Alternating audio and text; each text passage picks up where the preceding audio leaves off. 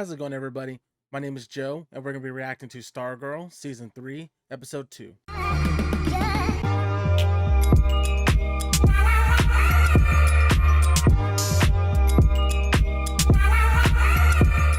Thanks for stopping by. Once again, my name is Joe from Joe Reacts TV, and if this is your first time, please stick around. I react to a wide range of shows such as She-Hulk, Better Call Saul, Westworld, House of Dragon, The Rings of Power, Harley Quinn, and many, many more. If any of those shows intrigue you, please stick around and subscribe. As for last episode, a couple bullet points. After the Whitmore Dugans return from a camping trip, Sylvester theorizes that he was reawakened by Courtney's bond with the staff. Despite promising not to return to action as Starman, he is caught with the staff, though he and Courtney later agree to share it. Stephen Sharp returns to Blue Valley, hoping to make amends, but Shade tells him to leave, and Crusher warns Pat that he cannot be trusted. Yolanda and Rick are displeased by Courtney's insistence to trust the villains living in Blue Valley and with Cindy's inclusion in the JSA. They locate the No Limit Gang, previously associates of Sharp's, but they are defeated by Artemis, who is looking to join the JSA. While Sharp writes a letter for his daughter Rebecca, he discovers surveillance cameras placed throughout Blue Valley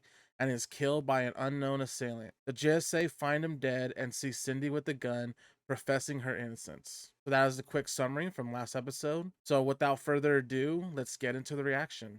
Alrighty, so we're getting more Sharp just before his death. Look at number 7. With this guy's dancing moves.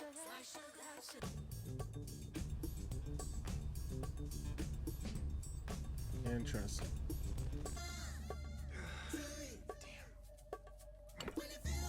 There you go, Sportsmaster, turning a new leaf. So that's why it came out here like that. Okay.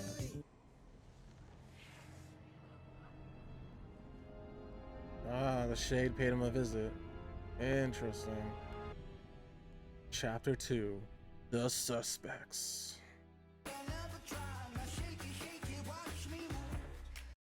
Oh, what did you drink? It was purple, and she looked at the gambler at the picture. The rest of Blue Valley thinks it was a tornado. This is the best thing that could ever happen to us, Shaquem. Like this summer storms? Perfect example. Well, if you ask me, serves Mr. Sharp right. God rest his soul. There you go. We would never be that sloppy. Disposing of the corpse is 101. Don't tell me about that. We would never risk going back to prison on some schmuck like Sharp. I garden. I smile at strangers. I even applied to join the Blue Valley Rotary Club. German chocolate cake? I don't know why. I could just buy one. True. Well, it means more if you make it yourself. The circumstances where you were standing over a dead body. Those circumstances were completely circumstantial. What does that even mean? The gambler's laptop is missing. Sounds great. Yolanda's stare. Shade. She's nervous. Gotta get the T right this time. What, 44 attempts? The utter pinnacle of perfection. Bravo. Yeah. Good job, Maria. Can I just get a... I need a little better of it. So I went to see him to say... Very good. Now we get to see it. I'm willing to let the past go. I'm going to kill you. No! Can you credit me with a little subtlety? Says the guy who wears a top hat. Hey, Sylvester. What was that in there? Huh? You're the sidekick, okay? I ask the questions. I take the lead. Jeez, this guy. Well, I gotta cool off, okay? Thanks. Loose cannon.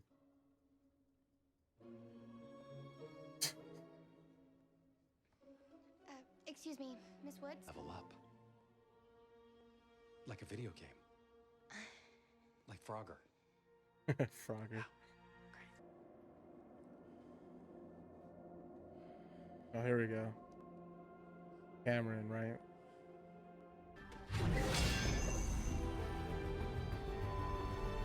That was pretty cool. Did it turn into a rocket? Or a firework, question mark? Or maybe we used too much of, something else. It does look different than the picture. What was that? I call it the shooting star. Cool. Wanna Good try name. it? And for the love you have for your mom and Pat and sometimes Mike. Sometimes. The shooting star. Yeah, that's pretty cool. Stop saying that. Did you see the door that we just walked through? It says men, not boys. Stupid. You can check it on the way out. That's the kind of attitude that leads to toxic masculinity. The hell is that? Okay. Boom! Exclamation point. The killer has many names. What the hell does that mean? Dr. McNider? No. I saved his life. Did. Maybe. Jay Garrick. Wesley Dodds. They died heroes fighting you. Jay Garrick survived. If you watched The Flash, you would know. Has Pat told you about your funeral yet? You killed the JSA! Stop! Check with He's your not rear gonna like that. Richards. I screwed up. Big time. Idiot. What do you want? I'm leaving Blue Valley. For Dang now. it. Hey, it's one of the best There are characters on the things show. I need. I don't think the Shade killed the gambler. Yeah. Me either. I can't do it. You're destined for greater things than art, Cameron. So much greater. Okay, interesting that she has the laptop. It's only a matter of time before they find out. I know. So it was them? Question mark? Interesting. So that was episode 2 of Stargirl. So this episode surrounded the mystery of who killed the gambler. Sylvester basically made it his duty to go question and figure out who was the killer. The first person he approached was the Shade at the diner. They get into a little argument. Sylvester gets angry and raises his voice and scares a lot of the people at the diner. He leaves the diner with Pat. Pat kind of talks him down and just telling him that things are different now. Don't call me sidekick, this and that. And then Sylvester storms off. And then we learn that he storms off to Stargirl's school, got her out of school, and taught her a new move called the Shooting Star. Basically, the power has the user transfer their energy to the staff. They hit the ground and they shoot up like a rocket, basically like a shooting star, which is a pretty cool effect. After that, both Sylvester and Stargirl both visit the Shade's home. They get in another argument and almost get into a fight. Stargirl stops Sylvester from attacking Shade, and they go home and have an intervention talk with Pat. Their plotline ends with Sylvester and Courtney talking in the basement. They were both wondering who was the real killer of the gambler. As for the other storylines, there was the Mike and the guy with the pen storyline where they want to be the person to find out who was the killer of the gambler. Mike writes down a wish and they use the pen to ask the question, what is the gambler's killer's name? And then we get an answer like this person has a bunch of names. So their plan didn't work out too well. There was also the Cindy storyline where Cindy feels disrespected, where she wasn't invited for the 2 meetings. We learn later in the episode that she was basically making a concoction, a purple serum concoction type thing. She drinks it, and she also does have the gambler's laptop. So that's another tidbit where if she gets caught, that's going to hurt her case if she really didn't end up killing the gambler.